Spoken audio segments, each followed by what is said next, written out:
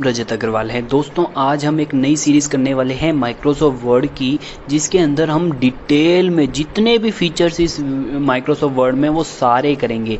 तो दोस्तों सबसे पहली सीरीज़ में हम सबसे पहली जो वीडियो करने वाले हैं वो हम होम टैब के अंदर करेंगे, और होम टैब के भी अंदर हम यहाँ पर सिर्फ फ़ॉन्ट बॉक्स जो हमारे सामने आता है उस पर हम वर्क करेंगे और देखेंगे कि इसमें क्या क्या फीचर्स है। तो आइए दोस्तों शुरू करते हैं। तो सबसे पहला फीचर आता है फ़ॉन्ट का। अब देखिए, अगर आप फ़ॉन्ट को चेंज करना चाहें, फ़ॉन्ट का मतलब लिखने का तरीका, अब उसके ऊपर आप क्लिक करेंगे तो आपको डिफरेंट टाइप्स ऑफ फ़ॉन्ट्स मिल जाएंगे। मान लीजिए मैं ये वाला फ़ॉन्ट यूज़ करता हूँ, इस पर मैंने क्लिक करा। अब मैं यहाँ पर कुछ इनपुट करता हूँ। देखिए, आप देख सकते हैं कि जो हमारा फ़ॉन्ट है वो हमारा चेंज हो गया है बिल्कुल आसानी से। इसी तरीके से आपने यहाँ फ़ॉन्ट कर दिया। अगला जो फीचर आता है, मान लीजिए मैं इसे सिलेक्ट ऑल कर लेता हूँ। अब मैं ये देख रहा हूँ कि ये जो फ़ॉन्ट साइज़ जो है वो छोटा है, इसे इंक्रीज़ करना चाहता हूँ। तो क्या करेंगे, आप जो इस पर क्लिक कीजिए, जो फ़ॉन्ट साइज़ वाला ऑप्शन है, और उस पर मान लीजिए मैं 85 चाहता हूँ तो 85 इनपुट किया और मैंने यहाँ एंटर प्रेस कर दिया। आप देख सकते हैं कि जो हमारा फ़ॉन्ट है वो इंक्रीज़ हो गया। देखिए कितना बड़ा हो गया है। मान लीजिए आपने इसे करने के बाद जो हमारा नेक्स्ट टॉपिक आता है वो ये कहता है, मान लीजिए आपने इसे और इंक्रीज़ करना चाहते हो, तो और इंक्रीज़ करने के लिए हमारा जो नेक्स्ट फीचर है वो ए वाला है। आप देख सकते हैं, इसे बोलते हैं ग्रो फ़ॉन्ट। अब आप इस पर क्लिक कीजिए, देखिए ये और फ़ॉन्ट बड़ा होता रहेगा। इसी तरीके से अगला जो हमारा फीचर आता है वो क्या करता है, श्रिंक कर देता है फ़ॉन्ट को, यानी कि डिक्रीज़ कर देता है। अगर आपको मान लीजिए ज़्यादा ही बड़ा लग रहा है तो इसे छोटा भी कर सकते हैं। तो इस तरीके से आप बिल्कुल आसानी से इसे कर सकते हैं।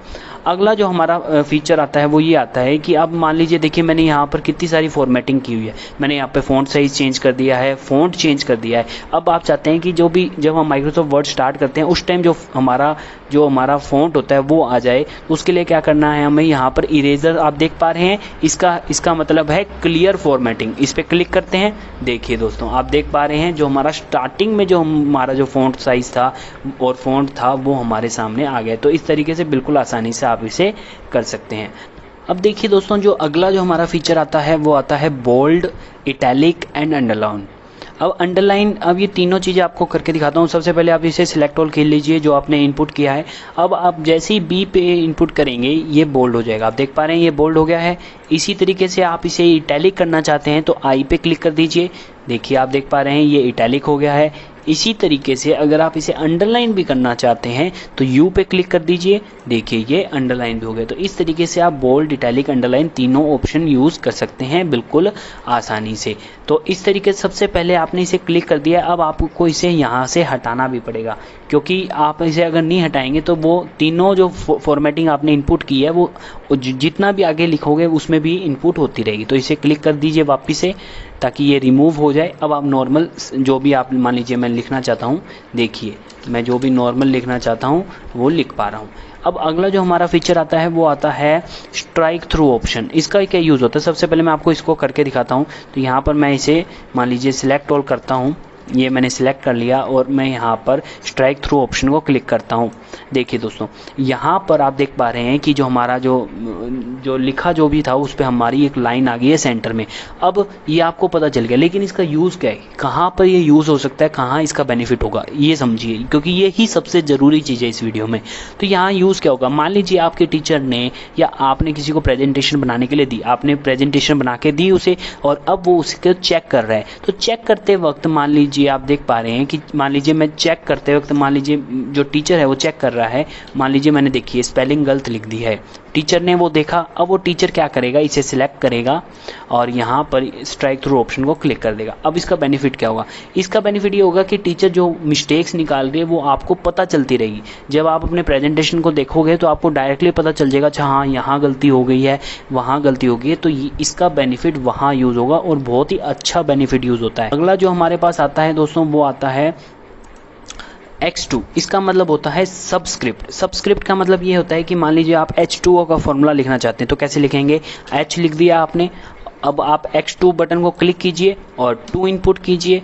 आपने 2 इनपुट कर दिया है और इसी के नीचे कुछ नहीं लिखना, वापिस से X2 को बटन को क्लिक कीजिए और O इनपुट करिए। देखिए बिल्कुल आसानी से आप लिख पा रहे हैं। इसी तरीके से अगला जो फीचर आता है वो आता है सुपरस्क्रिप्ट का। सुपरस्क्रिप्ट में हमें क्या करना है, तो सबसे पहले मान लीजिए ऑक्सीजन का हम लिखना चाहते हैं, तो सबसे पहले ओ इनपुट करेंगे और उसके बाद सुपरस्क्रिप्ट वाले बटन को इनपुट करेंगे। आइए करते हैं, क्लिक कर दिया है और हम 2 इनपुट कर देंगे। देखिए दोस्तों बिल्कुल आसानी से हो गया, लेकिन आपको वापस से X2 बटन को प्रेस करना है ताकि वो नॉर्मल जो हम लिख रहे हैं उसमें आ जाए। तो इसको क्लिक करेंगे तो ये नॉर्मल आप बिल्कुल आसानी से इस पर आ गए हैं। अगला जो फीचर हम करने वाले हैं वो है चेंज केस। अब मैं इसको समझाता हूँ आपको। सबसे पहले देखिए मैंने यहाँ पर इसे क्लिक कर दिया है। क्लिक करने के बाद आप देखिए कि इस पे आप जब सेंटेंस केस पे करेंगे, सेंटेंस केस में क्लिक करने पे क्या होगा, जो भी आपने सेंटेंस लिखा है उसमें जो फर्स्ट अल्फ़ाबेट है जो कि टी है वो आपका कैपिटल में हो जाएगा, बाकी जो जितना भी है वो आपका नॉर्मल जो स्मॉल लेटर्स में हो जाएगा। इसी तरीके से दूसरा ऑप्शन मिलता है लोअर केस। लोअर केस पे जब आप क्लिक करेंगे तो क्या होगा, जितने भी अल्फ़ाबेट्स हैं वो सारे के सारे छोटे अल्फ़ाबेट्स हो जाएंगे। इसी तरीके से अगर आप अपर केस करते हैं, अपर केस में क्या होगा, जितने भी अल्फ़ाबेट्स हैं सारे कैपिटल लेटर्स में हो जाएंगे। आइए करते हैं अपर केस। देखिए दोस्तों आप देख पा रहे हैं, मतलब कि आप अगर मान लीजिए आपने स्मॉल में कोई भी स्टेटमेंट या कोई भी आपने प्रेजेंटेशन बना दी, अब आप उसे कैपिटल करना चाहते हैं तो बिल्कुल आसानी से आप इसे कर सकते हैं। अब आपने इसको अपर केस कर दिया है। इसी तरीके से अगर आप कैपिटलाइज ईच वर्ड करना चाहते हैं, कैपिटलाइज ईच वर्ड मतलब कि हर वर्ड का फर्स्ट लेटर अगर आप कैपिटल करना चाहते हैं तो इसे क्लिक करिए। आइए इसे क्लिक करते हैं। देखिए आप देख पा रहे हैं द में जो टी है वो कैपिटल है, नेचर में एन कैपिटल है, ऑफ में ओ कैपिटल है, वर्ल्ड में डब्ल्यू कैपिटल है। यानी कि हर वर्ड का फर्स्ट अल्फ़ाबेट अगर आप कैपिटल करना चाहते हैं तो आपको वहाँ पर कैपिटलाइज ईच वर्ड पे क्लिक करना है।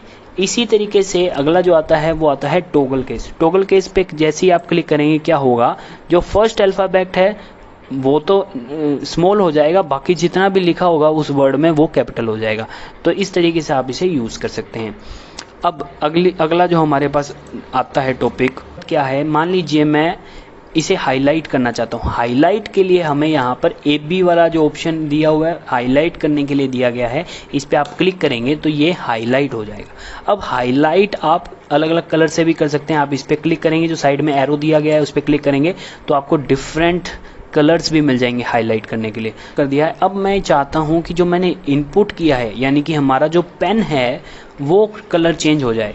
ये अब जो हम लिख रहे हैं वो ब्लैक कलर में है। अगर मान लीजिए कलर चेंज करना चाहते हैं, फ़ॉन्ट का जो कलर चेंज करना चाहते हैं तो आप इसे फ़ॉन्ट का चेंज भी कर सकते हैं। मान लीजिए आप इस पर क्लिक कीजिए, देखिए इसका कलर चेंज हो गया है और आपको डिफरेंट कलर्स मिल जाएंगे। मान लीजिए आप रेड कलर में इनपुट करना चाहते हैं, ब्लू में इनपुट करना चाहते हैं, बहुत जितने भी कलर हैं आप कोई भी कलर्स में इसे इनपुट कर सकते हैं। तो इस तरीके से बिल्कुल आसानी से आप इसे कर सकते हैं। तो ये हमारा फ़ॉन्ट का जो बॉक्स था वो कंप्लीट हो गया है दोस्तों।